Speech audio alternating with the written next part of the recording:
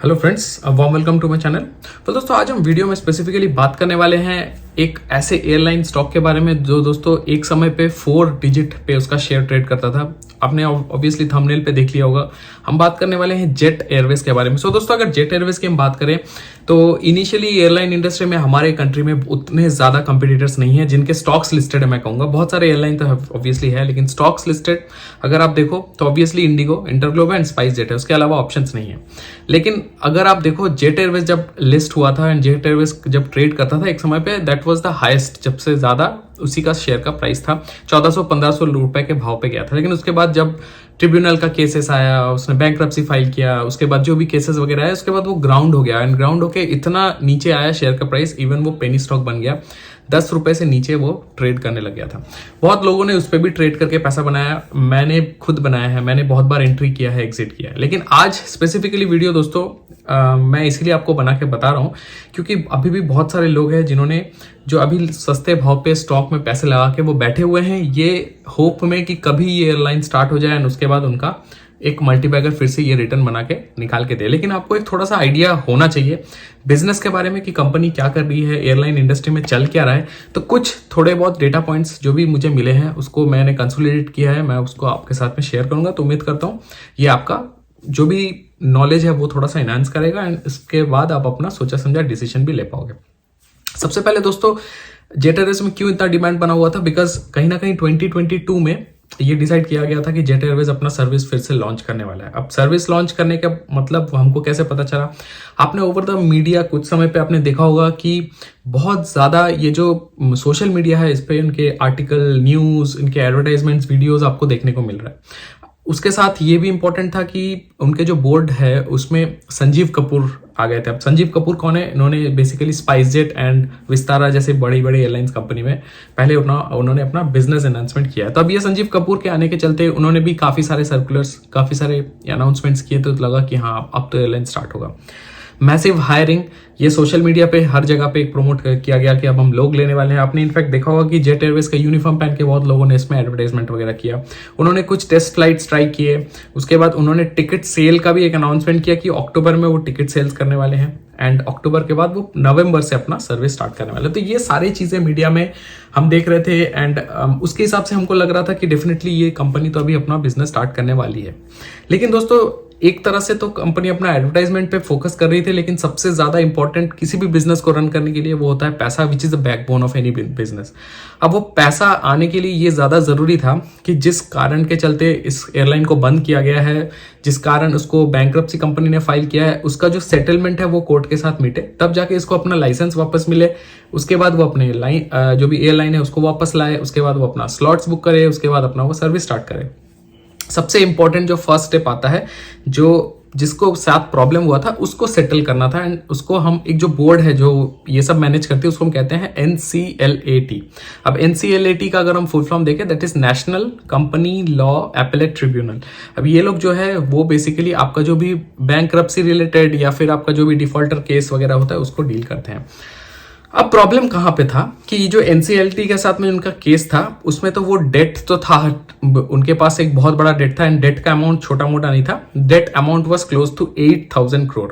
अब 8,000 करोड़ तो सही है, 8,000 करोड़ का आपका डेट है and you are suppose to settle that debt. अब 8,000 करोड़ डेट के साथ में जो बॉडीज थे, क्योंकि ऑब्वियसली जिन्होंने डिफॉल्ट किया वो तो सेटल नहीं कर पाएंगे, उनके पास पैसे नहीं थे, that is why they have defaulted. So बहुत सारे नए जो इन्वेस्टर्स है, मार्केट इन्वेस्टर्स है, वो आए, उन्होंने अपना एक बोर्ड बनाया और उन्होंने तय किया कि 8,000 करोड़ तो नहीं, but they are going to spend 1375 crore रुपए वो इन्वेस्ट करेंगे मार्केट में, वो कंपनी में इन्वेस्ट करेंगे। एंड उसमें से उन्होंने क्या किया, उन्होंने कहा कि 475 करोड़ हम रिजर्व कर देंगे, जिसमें हम जो भी बचे हुए लोन्स है उसको थोड़ा बहुत सेटल करेंगे एंड बाकी एम्प्लॉइज का जो भी सैलरी वगैरह है उसको हम रुकने नहीं देंगे, तो उसमें कंटिन्यूटी में करेंगे। बाकी जो बचे हुए अराउंड 900 करोड़ है उसको हम बिजनेस में यूज करेंगे। लेकिन यहाँ पे NCLT की तरफ से रिसेंट एक जजमेंट आया, उन्होंने ये बोला कि आप जो भी लोन सेटल कर रहे हो वो तो सही है, लेकिन इसके साथ साथ जो भी एम्प्लॉयज है जिनके सैलरी सेटल नहीं हुए हैं, जो भी एम्प्लॉयज है जिनके प्रोविडेंट फंड अटके हुए हैं, वो PF भी आपको सेटल करने पड़ेंगे। तो यहाँ पे एक वो सेटबैक हो गया, क्योंकि जो लोग इन्वेस्ट कर रहे थे वो एज अ कंपनी फंड जुटा के वो नए स्टार्टअप में जैसे आप इन्वेस्ट करते हो उस तरह से वो इन्वेस्ट करें कि वो नया एक बिजनेस स्टार्ट करेंगे, जहां पे ऑलरेडी वो डेट ले रहे हैं, लेकिन उनके लिए जो पीएफ का अमाउंट था that is going to be high. तो कहीं ना कहीं वहां उन्होंने थोड़ा सा बैक सीट ले लिया एंड ये टोटल जो कोर्ट केस था वो वापस कोर्ट के पास चला गया एंड अभी ये बेसिकली फिर से प्लान स्टक हो गया, क्योंकि ऑब्वियसली आपको फंड चाहिए। फंड अगर आपको नहीं मिलता है तो ऑब्वियसली आप बिजनेस नहीं स्टार्ट कर सकते। तो जहां से वो कोर्ट से केस निकल के आया था वो कोर्ट में वापस चला गया, क्योंकि जहां जो इन्वेस्टर्स है वो नेगोशिएट करने लग गए कोर्ट के साथ में कि हम वो एक्स्ट्रा पैसा नहीं देंगे।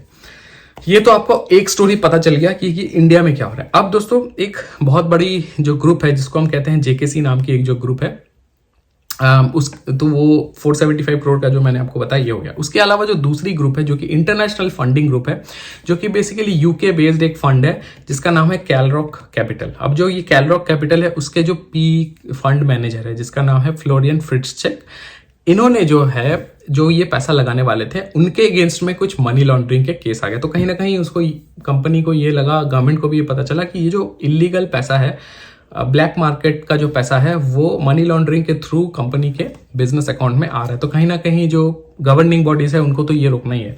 तो ये जो सबसे बड़े इन्वेस्टर है, इंटरनेशनल इन्वेस्टर है, उनका जो यहाँ पैसा फंस गया वहां सर्वेलेंस पे डाल दिया, तो वो अभी इन्वेस्ट यहाँ पे नहीं कर पाते हैं। तो एक तरह से अगर आप देखो, जो कंट्री में इन्वेस्ट करने वाले थे वो कोर्ट केस में फंस गए, जो बाहर करने वाले थे वो ओवरऑल ट्रिब्यूनल केस में फंस गए, मनी लॉन्ड्रिंग केस में फंस गए। तो ओवरऑल अगर आप देखो समरी में, उनके पास बिजनेस स्टार्ट करने के लिए फंड ही नहीं है, क्योंकि कोई भी बिजनेस करने के लिए, एयरलाइन स्पेसिफिकली बिजनेस करने के लिए सबसे इंपॉर्टेंट चीज है आपके पास एयरलाइंस होनी चाहिए। अभी उनके पास था नहीं। जब उन्होंने बैंक्रप्सी फाइल किया था तो they have sold out most of the airline to other companies. अब उनको एयरलाइन जुटाना पड़ेगा। नंबर 2 अब उनको एम्प्लॉय लेना पड़ेगा। नंबर 3 उनको फ्लाइंग लाइसेंस वगैरह के लिए बात करना पड़ेगा। उसके बाद उनको सबसे इंपॉर्टेंट जो चीज़ है वो होता है आपको स्लॉट्स लेने पड़ेंगे, क्योंकि कोई भी एयरलाइन में बिजनेस करने के लिए प्राइमरी स्लॉट्स होते हैं। सुबह का स्लॉट हो गया या फिर थोड़ा सा शाम का स्लॉट हो गया, वो बहुत इंपॉर्टेंट स्लॉट्स होते हैं जहाँ पे पैसेंजर क्राउड या फिर बिजनेस सबसे ज्यादा होता है। तो अगर वो स्लॉट्स आपके पास नहीं है तो बिजनेस इंपैक्ट होता है। तो अगर आपको फिर से बिजनेस शूट करना है, आपको स्लॉट्स लेने पड़ेंगे एंड स्लॉट्स अगर आपको बुक करने हैं उसके लिए आपको दिखाना पड़ेगा कि you are ready to commence your journey. लेकिन क्योंकि ये सारी चीजें अलाइन नहीं है तो कहीं ना कहीं अभी ऐसा सिचुएशन है कि डेफिनेटली ये अपना फ्लाइंग तो शुरू नहीं कर सकते हैं। तो फिर से केस अटक गया, फिर से लंबा लूप में चला गया। लेकिन अभी ये देखने वाली बात है कि फिर से ये कब स्काई पे जाएंगे, फिर से कब ये मूवमेंट करेंगे। तो इस साल तो नहीं होने वाला है, नेक्स्ट ईयर हम देखते हैं। तो इसके बारे में कुछ भी अपडेट मिलेगा तो मैं कोशिश करूंगा आपको इसके बारे में बताऊं। लेकिन अभी के लिए दोस्तों मैं ये सजेस्ट करूंगा कि इस काउंटर से आप दूर रहे। जस्ट बिकॉज एक कंपनी फिर से स्टार्ट हो सकती है, उम्मीद में आप अपना शेयर में पैसे लगा के आप बैठे रहोगे, अपना हार्ड एंड मनी इन्वेस्ट करोगे, उसका कोई लॉजिक नहीं बनता है। तो आपको थोड़ा सा वेट एंड वॉच का यहाँ गेम है। अगर बहुत छोटा अमाउंट इन्वेस्ट किया हो तो देन इट्स ओके, आप उसको इन्वेस्ट करके भूल जाओ। लेकिन अगर आप नया इन्वेस्टमेंट करना चाह रहे हो या फिर सस्ता मिल रहा है तो आप एवरेज करना चाह रहे हो, तो लेकिन in that case I would suggest कि आप थोड़ा सा काउंटर से दूर रहो। जब भी थोड़ा बहुत बिजनेस वगैरह के बारे में पॉजिटिव कुछ न्यूज़ है उसके बाद हम इस पर डिसीजन लेंगे। वीडियो में बने रहने के लिए दोस्तों बहुत बहुत धन्यवाद। कंटेंट पसंद आया तो चैनल को जरूर सब्सक्राइब करें, इस वीडियो को शेयर करें बहुत ज़्यादा, क्योंकि थोड़ा सा इनोवेटिव है। जनरली मैं हर तरह का टॉपिक पे वीडियो बनाता हूँ, ये थोड़ा सा हटके है, नया कुछ ट्राई किया है। अगर पसंद आया है तो लाइक भी करिएगा एंड सबसे इंपॉर्टेंट चीज़ दोस्तों सब्सक्राइब करिए, बेल आइकन प्रेस करिए ताकि जब भी कोई वीडियो अपलोड हो आपको नोटिफिकेशन मिल जाए। आप चाहो तो मुझे सोशल मीडिया ट्विटर टेलीग्राम पे फॉलो कर सकते हो। वीडियो में बने रहने के लिए बहुत बहुत धन्यवाद। हाजिर होता हूँ एक और कंटेंट लेके। Take care.